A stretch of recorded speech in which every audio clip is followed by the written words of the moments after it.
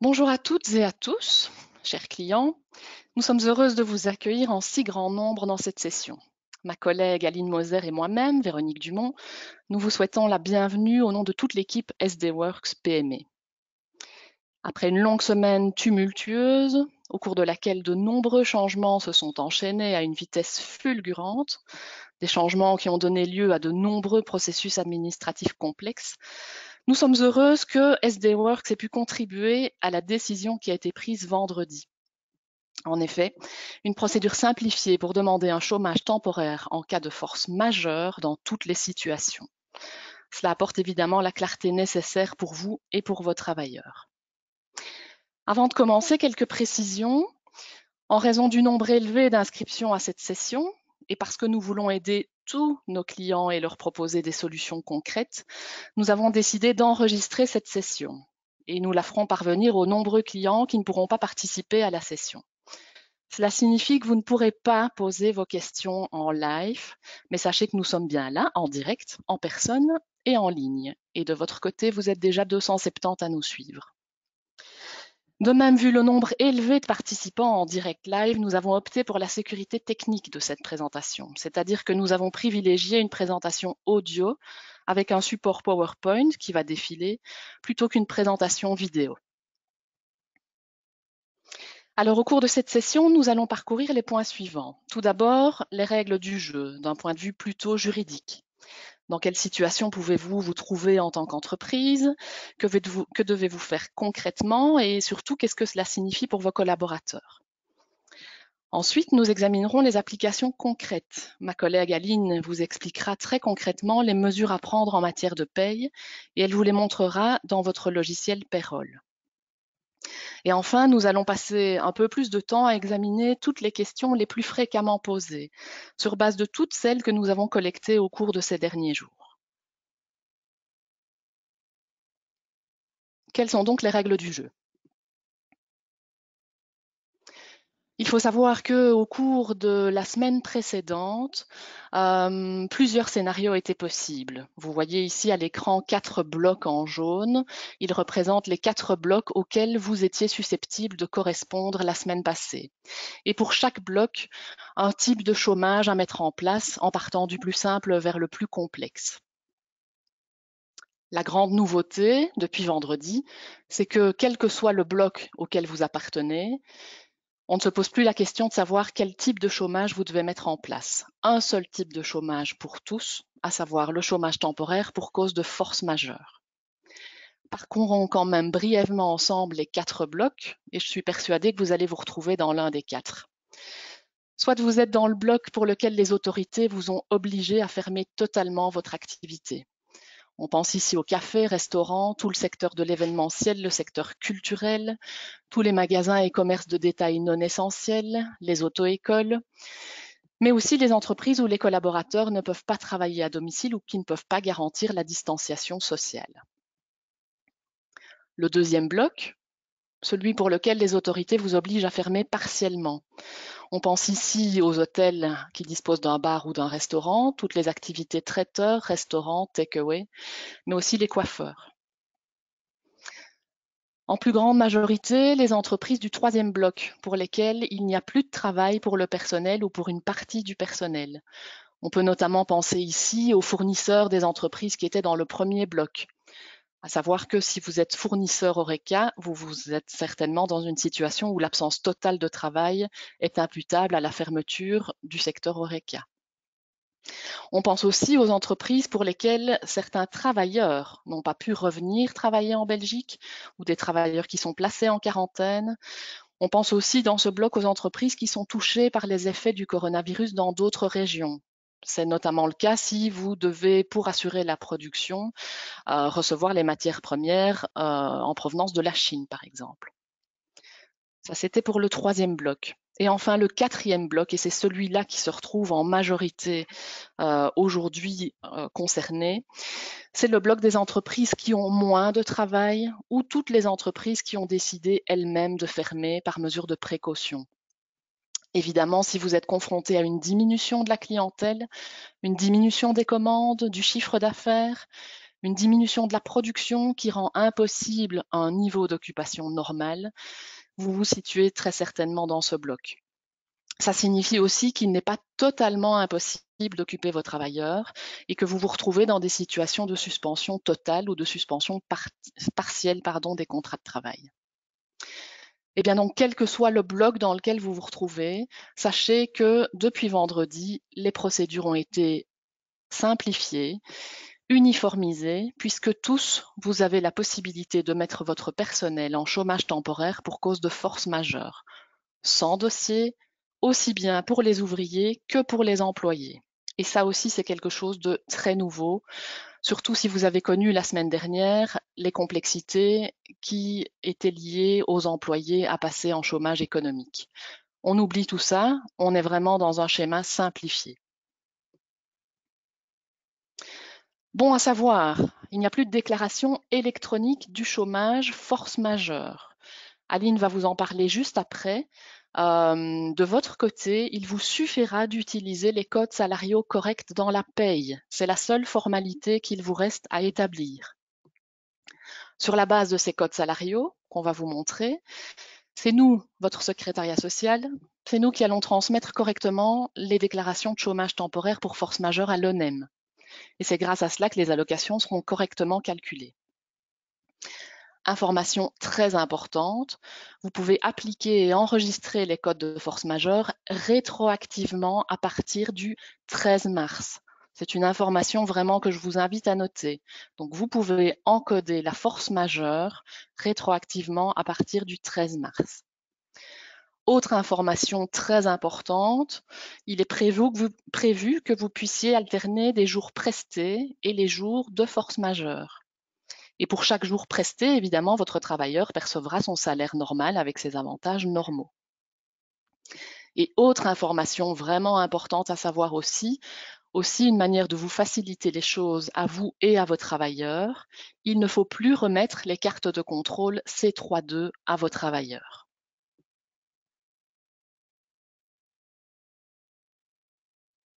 Qu'est-ce que ça signifie concrètement pour votre travailleur?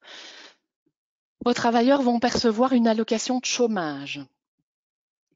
Comment cette allocation va-t-elle être calculée? Elle est égale à 70% du salaire moyen de votre travailleur, sachant que ce salaire est plafonné à 2 754,76 € par mois. Donc 70% de son salaire moyen, sachant que le salaire est plafonné à 2 754,76 € par mois. Cette allocation de chômage, elle est soumise à un précompte professionnel. C'est le même pour tous. C'est un précompte professionnel de 26,75%. Sachez aussi que vendredi, lors de la conférence de presse, le gouvernement nous a appris que l'ONEM va octroyer par jour de chômage un complément, donc à charge de l'ONEM, pas à charge de vous, employeur, un complément de 5,63 € par jour de chômage, en plus de l'allocation que je viens de vous décrire. Enfin, du côté de vos travailleurs, chose importante, si on leur simplifie les choses en ne leur demandant pas d'être en possession tous les jours de leur carte de contrôle, par contre, ils vont devoir demander un formulaire C32 auprès de leur syndicat ou auprès de la caisse auxiliaire de paiement, à savoir la CAPAC. Ils peuvent aussi faire la demande sur le site web de l'ONEM. Et ils devront remettre ce document à leur caisse de paiement, syndicat ou CAPAC. Voilà donc pour le premier tableau récapitulatif qui reprend les grandes nouveautés et les grandes lignes à connaître pour la suite.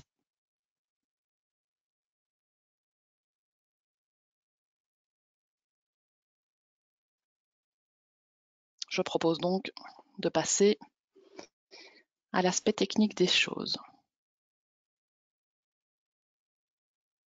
Pardon, juste avant, encore une information relative au paiement au pouvoir public. Alors, ce que nous savons déjà avec certitude, c'est ce qui concerne un délai de paiement du précompte professionnel. Donc, depuis le 19 mars, la semaine dernière, une toute première mesure a été officialisée et publiée relative au délai de paiement du précompte professionnel. Pour rappel, en principe, le précompte professionnel doit normalement être versé le mois qui suit le mois auquel il se rapporte. Eh bien, le gouvernement et les pouvoirs publics ont accordé un report de paiement de ce précompte pour une période de 2 mois. Et ce report est accordé pour tous les secteurs. Là où on a déjà une information certaine, mais sans en connaître encore les modalités, c'est concernant les cotisations ONSS. Puisque vendredi, pendant la conférence de presse, le gouvernement a bien indiqué qu'il y aurait un report de paiement des cotisations de sécurité sociale, donc les cotisations ONSS, report accordé jusqu'au 15 décembre. On attend encore et on étudiera dans les moindres détails toutes les modalités en vigueur et dès que nous serons en possession de tous ces détails, nous vous informerons évidemment. Voilà, il est temps que je laisse la parole à Aline qui va vous expliquer très concrètement ce que je viens de vous expliquer, comment cela va être impacté dans la paye. Oui, bonjour à tous. Comme Véronique vous l'a dit, mon rôle aujourd'hui est de vous expliquer comment pratiquement déclarer le chômage pour force majeure de vos travailleurs dans notre application Payroll.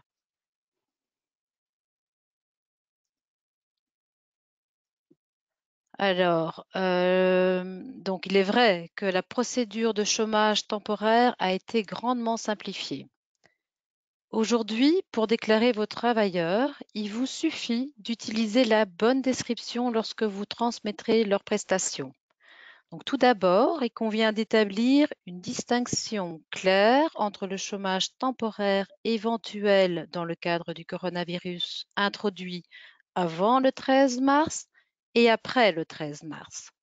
Donc, supposons que vous étiez déjà en chômage temporaire dans le cadre du coronavirus avant le 13 mars. Vous devrez encore faire la distinction entre le chômage économique jusqu'au 12 mars inclus et le chômage pour force majeure dès le 13 mars. Attention, une distinction entre employés et ouvriers continue à être appliquée. Mais attention, après le 13 mars, tout devient simplement un cas de force majeure. Alors, comment procéder concrètement? Alors, en vous connectant au Payroll, vous verrez que de nouvelles descriptions ont été ajoutées pour la force majeure dans le calendrier détaillé de vos travailleurs, comme vous pouvez le voir ici sur l'écran. Mais concrètement, il vous suffit donc de choisir force majeure ouvrier coronavirus ou force majeure employé coronavirus et d'encoder ces intitulés les jours où vos travailleurs ont été au chômage et bien sûr à partir du 13 mars. Pour les autres jours, donc par exemple s'il y a eu du télétravail, vous ne choisissez évidemment pas cette description. Alors si vous travaillez déjà avec des calendriers de planification, par exemple pour vos vacances collectives, vous pouvez également y ajouter ces codes. Toujours faire attention de bien distinguer le code des ouvriers et le code des employés. Si vous avez déjà calculé les salaires de mars, il vous suffit de corriger les jours concernés et de nous transmettre ces corrections afin que nous puissions recalculer mars et faire des déclarations correctes. Si vous travaillez avec un système d'enregistrement du temps, les fournisseurs les plus courants ont été informés de nos nouveaux codes. N'hésitez pas à les contacter si vous avez un doute à ce sujet. Si vous travaillez avec HR Self-Service, vous pouvez également choisir de tout paramétrer via le calendrier de planification afin que le système récupère automatiquement le bon code. Vous pouvez également introduire la force majeure manuellement ou mettre le code à disposition de vos collaborateurs afin qu'ils puissent assurer l'encodage. Les deux options sont possibles. Nous sommes bien conscientes qu'il vous reste encore beaucoup de questions pratiques. Nous avons essayé de les regrouper et nous aimerons aborder ces points avec vous. Alors, ne vous inquiétez pas, toutes les réponses à ces questions vous seront envoyées par la suite en même temps que cet enregistrement.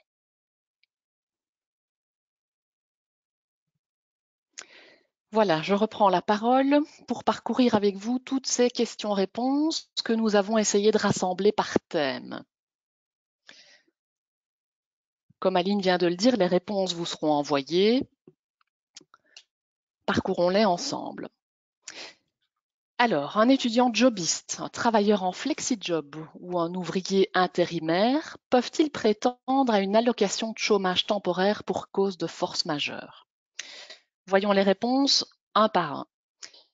L'étudiant jobiste d'abord, la réponse est clairement non. Les étudiants ne peuvent pas être mis en chômage temporaire aussi longtemps qu'ils suivent des études avec un programme complet. On ne parle pas ici des mois de juillet, août août et septembre, qui suivent la fin de leurs études, s'ils étaient éventuellement toujours liés par un contrat d'étudiant. Mais en tout cas, tant qu'à présent, le contrat de l'étudiant peut, oui, être suspendu, mais vous ne pouvez pas les déclarer en force majeure. Le travailleur en flexi-job, quant à lui, oui, il sera indemnisé par l'ONEM comme vos autres travailleurs. Attention, dans la mesure où son contrat avait déjà commencé au moment où la force majeure a débuté chez vous. L'ouvrier intérimaire, lui, ouvrier ou employé, peu importe, l'intérimaire a-t-il droit, lui, à une allocation? Retenez que les travailleurs intérimaires qui ont une mission plus longue sont soumis aux mêmes conditions que pour les travailleurs permanents. Ils peuvent donc être mis en chômage temporaire en même temps que les travailleurs permanents de l'entreprise. Attention cependant, lorsqu'un contrat de travail intérimaire arrive à son terme, vous ne pouvez évidemment pas le renouveler dans l'intention de le suspendre juste après pour des raisons économiques ou pour des raisons de force majeure. En principe, dès le moment où le contrat d'intérim va prendre fin, ils vont redevenir des chômeurs complets. Le travailleur doit-il prouver un nombre de jours de travail ou doit-il respecter une période d'attente avant d'avoir droit à une allocation? La première partie de la question, relative au nombre de jours de travail à prouver, eh bien, contrairement au chômage économique, en cas de chômage pour force majeure, le travailleur ne doit remplir aucune condition d'admissibilité. C'est un message très important à faire passer à vos travailleurs. Ça signifie que chacun d'entre eux va recevoir immédiatement une allocation de chômage. Le deuxième objet de la question, le travailleur doit-il respecter une période d'attente? Eh bien non. Comme je viens de le suggérer, le chômage temporaire pour cause de force majeure peut être invoqué immédiatement, sans période de stage d'attente préalable. Question importante qui nous a été posée à plusieurs reprises la semaine dernière. Le travailleur doit-il d'abord prendre toutes ses heures de récupération? Les heures supplémentaires, les heures complémentaires, les heures de réduction du temps de travail, etc. La question nous a vraisemblablement été souvent posée parce que dans le cadre du chômage économique, c'est le cas. Mais ce n'est pas le cas dans le cadre du chômage force majeure. À savoir que donc le travailleur ne doit pas d'abord épuiser ses jours de récupération pour heures supplémentaires avant de pouvoir être mis en chômage force majeure.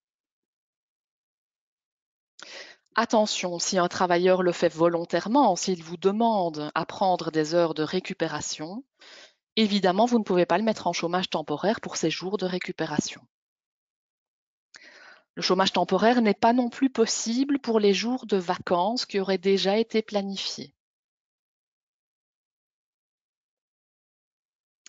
Quatrième question ici sur le slide, un nouveau travailleur est supposé entrer en service lundi prochain, par exemple. Nous sommes obligés de fermer notre entreprise à partir de maintenant pour cause de force majeure. Quid? Est-ce que le nouveau travailleur peut bénéficier d'une allocation? C'est malheureusement une situation que nous avons rencontrée à plusieurs reprises la semaine dernière. La question nous a été souvent posée. Et attention, j'attire vraiment votre attention sur cette situation. La réponse est non. Non, le nouveau travailleur ne bénéficierait pas d'allocation. Un travailleur ne peut pas être embauché puis mis immédiatement au chômage temporaire. Donc ça signifie qu'il est préférable, si vous êtes dans cette situation, que vous entamiez des discussions avec votre futur travailleur, même si le contrat a déjà été signé. Idéalement, il serait intéressant de pouvoir mettre fin au contrat de travail d'un commun accord. Mais vous n'obtiendrez pas toujours ce commun accord. Et si vous ne pouvez pas avoir l'accord de ce travailleur, eh bien vous allez devoir rompre vous-même le contrat de travail avant qu'il ne commence. La seule solution étant le paiement d'une indemnité de rupture. La question n'est pas reposée ici, mais je reviens quand même sur l'allocation et son calcul. Donc, je vous ai déjà indiqué qu'il s'agissait de 70% du salaire plafonné à 2 754,76 euros bruts. Je vous ai déjà indiqué aussi qu'il y avait un complément de 5,63 euros par jour de chômage à charge de l'ONEM. Attention, dans certains secteurs, un complément est aussi à charge de l'employeur. Je vous invite à vérifier si c'est le cas dans votre fiche sectorielle sur LA. Un mot encore, rapidement, sur les possibilités pour vous en tant qu'employeur de compenser la perte salariale de vos travailleurs, puisque là aussi la question revient très souvent. Oui, en tant qu'employeur, vous pouvez décider d'octroyer ce qu'on appelle un complément aux allocations sociales. Vous pouvez, vous n'avez aucune obligation de le faire. Si vous souhaitez le faire, attention, la seule condition, c'est de faire en sorte que le cumul des deux montants ne dépasse jamais le net habituel du travailleur. Sachez que ce complément est exonéré d'ONSS, mais il est par contre soumis à un précompte professionnel spécifique. Nous vous invitons à consulter notre Digifac sur notre site web pour plus d'informations à ce sujet. Et nous pouvons déjà vous informer sur le fait que SD-Works est occupé actuellement à développer un outil pour vous aider parce que le calcul est assez complexe.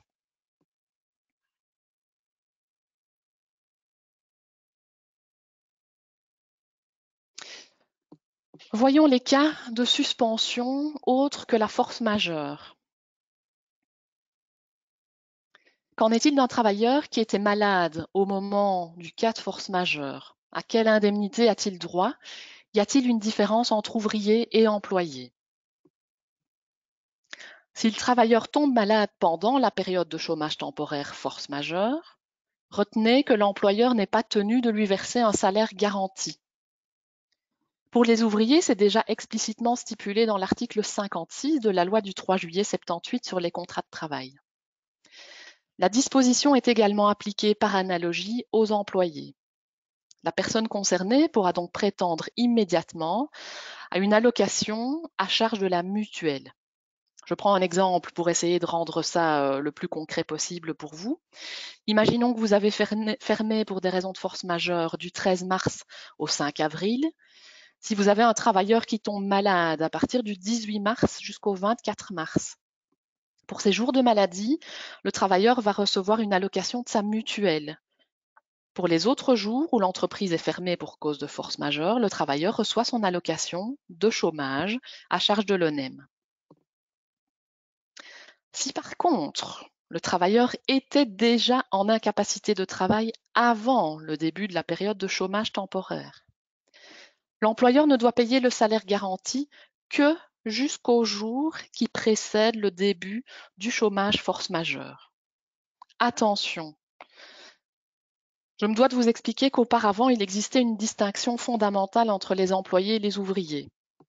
Mais nous venons de recevoir le nouveau point de vue officiel de l'INAMI, à savoir qu'à compter du premier jour de cette période de chômage force majeure, l'intéressé, qu'il soit employé ou ouvrier, aura droit à des allocations d'incapacité de travail à charge de la mutuelle.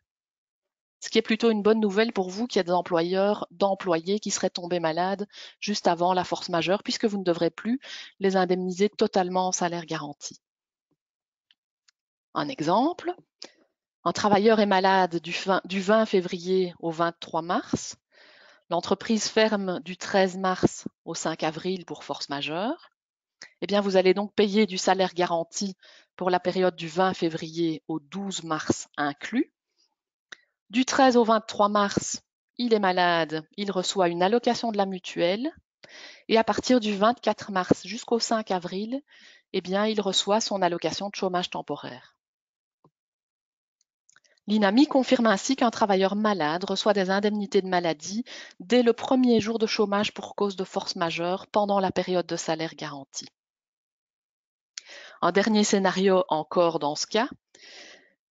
Que se passe-t-il si vous alternez des jours de chômage temporaire et des jours de travail et qu'un travailleur tombe malade ou a un accident pendant cette période? Dans ce cas, votre collaborateur recevra une allocation mutuelle pour les jours de chômage qui avaient été prévus. Et par contre, pour les jours où vous aviez prévu de la prestation, il est malade, vous lui payerez du salaire garanti pour ces jours-là. Je vous rassure quant au fait que toutes les explications que je viens de vous donner, vous les recevrez par écrit avec de beaux schémas explicatifs. Donc rassurez-vous, j'ai peut-être été un peu vite, mais vous aurez tout ça noir sur blanc par la suite. Je passe à la question 2 du slide. Peut-il y avoir une suspension d'une demi-journée?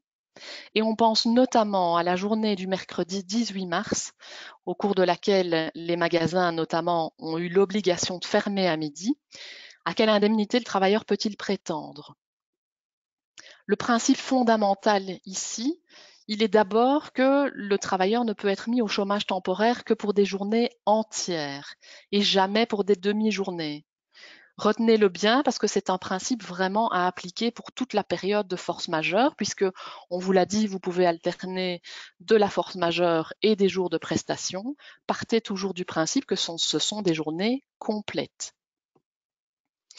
Je reviens à la situation du mercredi 18 mars, où vous avez peut-être dû fermer vos portes à midi.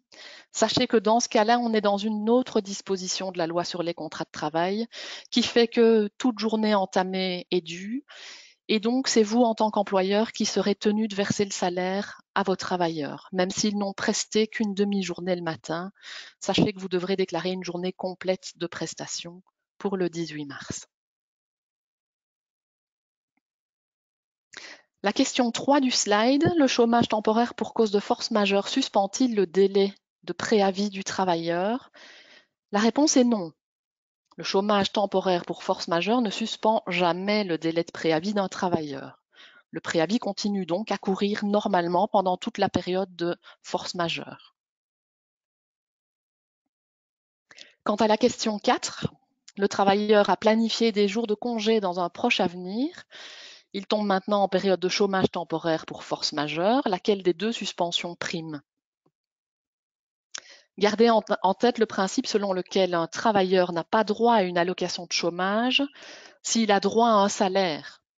Et donc, dans cette situation, le chômage temporaire n'est pas possible pour les jours de congé qui étaient déjà planifiés et déjà approuvés. Le travailleur sera donc, s'il est employé, rémunéré par du simple pécule de vacances, et s'il est ouvrier, on déclarera ses jours de congé tels qu'ils avaient été planifiés.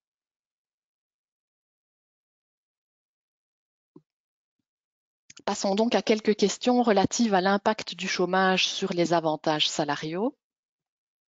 Le travailleur a-t-il droit au chèque repas pour les jours de chômage temporaire pour force majeure? La réponse est non. Le travailleur a uniquement droit à des chèques repas pour les journées de travail. Comme il ne travaille pas pendant le chômage force majeure, il n'a pas droit au chèque repas pour ces jours. Deuxième question. La période de chômage temporaire pour force majeure est-elle assimilée pour le calcul du pécule de vacances? C'est presque un scoop. Nous venons d'apprendre ce matin que la réponse est oui.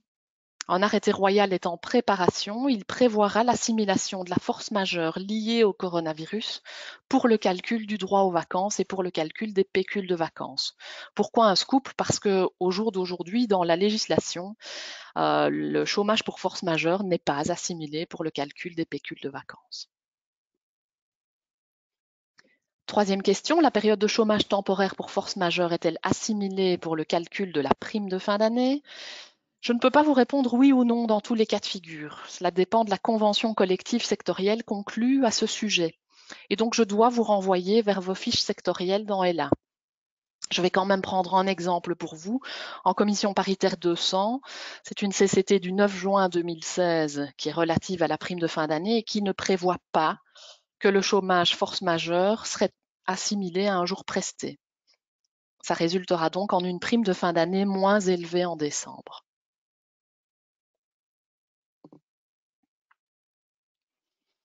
Prenons ici quelques cas de figure d'absence liés au coronavirus. Un travailleur est infecté, vous remet un certificat médical. À quelle indemnité a-t-il droit?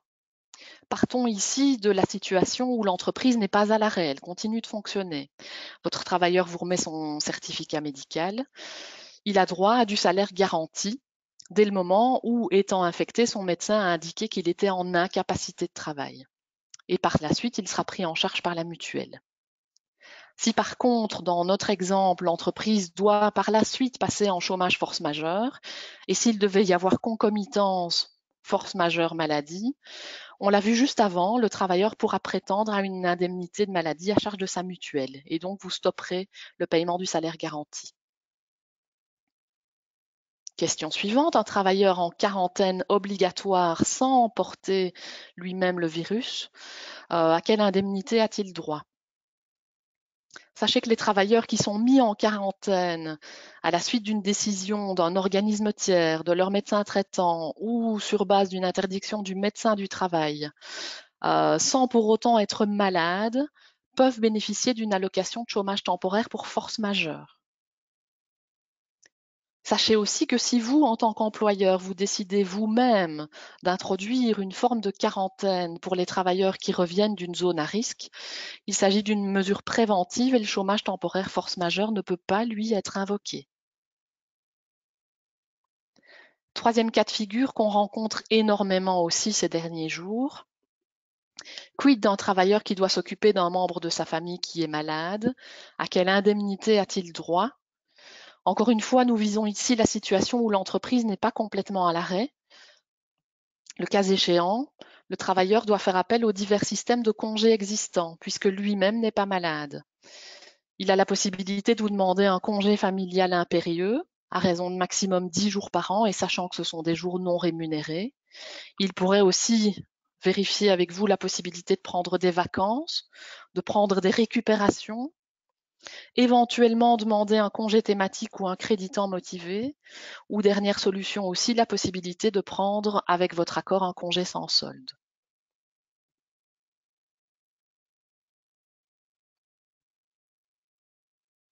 Passons maintenant au thème du travail à domicile, puisque cela fait partie des mesures de confinement qui ont été ordonnées la semaine dernière. On parle ici de travail à domicile occasionnel et pas du travail à domicile structurel. Dans ce cadre, est-ce que vous devez conclure un contrat de télétravail? La réponse est oui. Il est vraiment important de signer avec vos collaborateurs une annexe à leur contrat de travail. Puisque cette annexe, la loi impose que vous devez fixer des accords concrets avec vos travailleurs qui portent notamment sur l'éventuelle accessibilité du travailleur au bâtiment de l'entreprise, sur l'éventuelle mise à disposition d'équipements et de soutien technique nécessaires au télétravail. Et vous devez aussi indiquer là l'indemnité éventuelle pour couvrir les frais liés à ce télétravail. Nous disposions déjà de modèles d'annexes au contrat travail à domicile structurel, travail à domicile occasionnel. Nous avons évidemment retravaillé cette dernière pour en faire un modèle d'annexe au contrat de travail à domicile dans le cadre du coronavirus. Vous pouvez retrouver cette annexe gratuitement dans L1, dans les documents modèles, ou vous la retrouverez également sur notre site dans les Digifac. Dans les réponses que vous allez recevoir, vous trouverez aussi la possibilité de télécharger un e-book consacré entièrement au thème du télétravail. Passons à la question 2. Le travailleur a-t-il droit à un abonnement social pour les jours auxquels il travaille à domicile? La réponse est non. Le travailleur a-t-il droit à un chèque repas pour les jours auxquels il travaille à domicile? La réponse est oui, forcément. Il travaille, certes à domicile, mais il travaille. Et le principe des chèques repas veut que pour chaque journée prestée, il y a octroi d'un chèque repas. Et la dernière question, devez-vous en tant qu'employeur payer une indemnité de frais si votre travailleur travaille à domicile? La réponse est que les employeurs peuvent appliquer un forfait, un remboursement de frais. J'insiste lourdement sur le mot peuvent. Vous n'avez aucune obligation de le faire. Vous pouvez a priori sans souci appliquer un forfait maximal de 40 € par mois, qui est subdivisé en 2 postes, 20 € pour l'utilisation professionnelle de l'Internet privé par le travailleur et 20 € pour l'utilisation professionnelle du propre matériel informatique du travailleur, à savoir son PC ou un portable, des périphériques, etc. Ce montant de 40 € est un montant forfaitaire. Il n'est pas soumis à ONSS ni à précompte professionnel. Il s'agit donc d'un montant net. Mais nous devons aussi vous préciser qu'aujourd'hui, dans le cadre de la lutte contre la propagation du coronavirus, le fisc est occupé à lancer une procédure accélérée de ruling fiscal pour les employeurs qui souhaiteraient accorder temporairement l'indemnité maximale de frais de bureau qui s'élève à 126,94 €.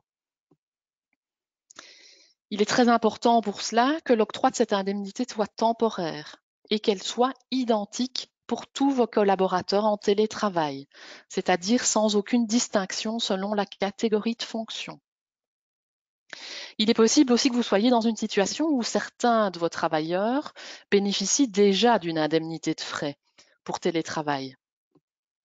Afin d'éviter une double utilisation, il sera donc important que vos travailleurs renoncent temporairement à l'indemnité frais de bureau existante. Et tant que les mesures Corona restent en vigueur, l'indemnité mensuelle de 126,94 € remplacera l'indemnité existante. Attention, car même dans le contexte particulier actuel, pour les travailleurs à temps partiel, la somme de 126,94 € est accordée au prorata de leur taux d'emploi.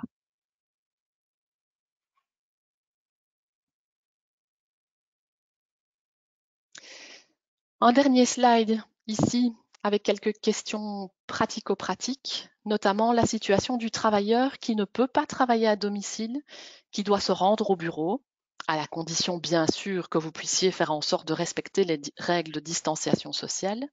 Quelles sont les formalités à suivre?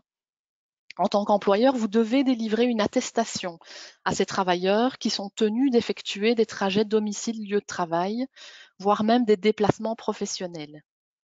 Vous devez indiquer dans cette attestation qu'il n'est pas possible pour ce travailleur d'effectuer du travail à domicile pour exercer sa fonction. C'est également le cas pour vos travailleurs qui seraient occupés dans une entreprise d'un secteur crucial ou d'un service essentiel. Là aussi, nous avons créé et mis à votre disposition un modèle d'attestation que vous retrouverez dans ELA via les documents modèles. Enfin, si vous souhaitez guider au mieux vos travailleurs par rapport à leur formulaire C32, dont nous avons parlé en tout début de présentation, nous vous avons indiqué qu'ils devaient en faire la demande à leur syndicat ou à la CAPAC ou encore via le site de l'ONEM, eh bien, nous vous invitons à consulter le lien que vous avez à l'écran là. Vous allez être redirigé vers le site de l'ONEM qui a prévu une explication claire et détaillée de la manière dont vos travailleurs doivent s'y prendre pour ce fameux formulaire C32. Voilà qui clôture notre présentation. Aline et moi, au nom de SD Works, nous vous remercions d'avoir suivi ce séminaire en ligne. Bien sûr, si vous avez encore d'autres questions, n'hésitez pas à contacter votre gestionnaire à l'adresse habituelle et n'hésitez pas à consulter notre site web Corona qui est remis à jour d'heure en heure. Nous vous souhaitons à tous et toutes une agréable journée. Merci.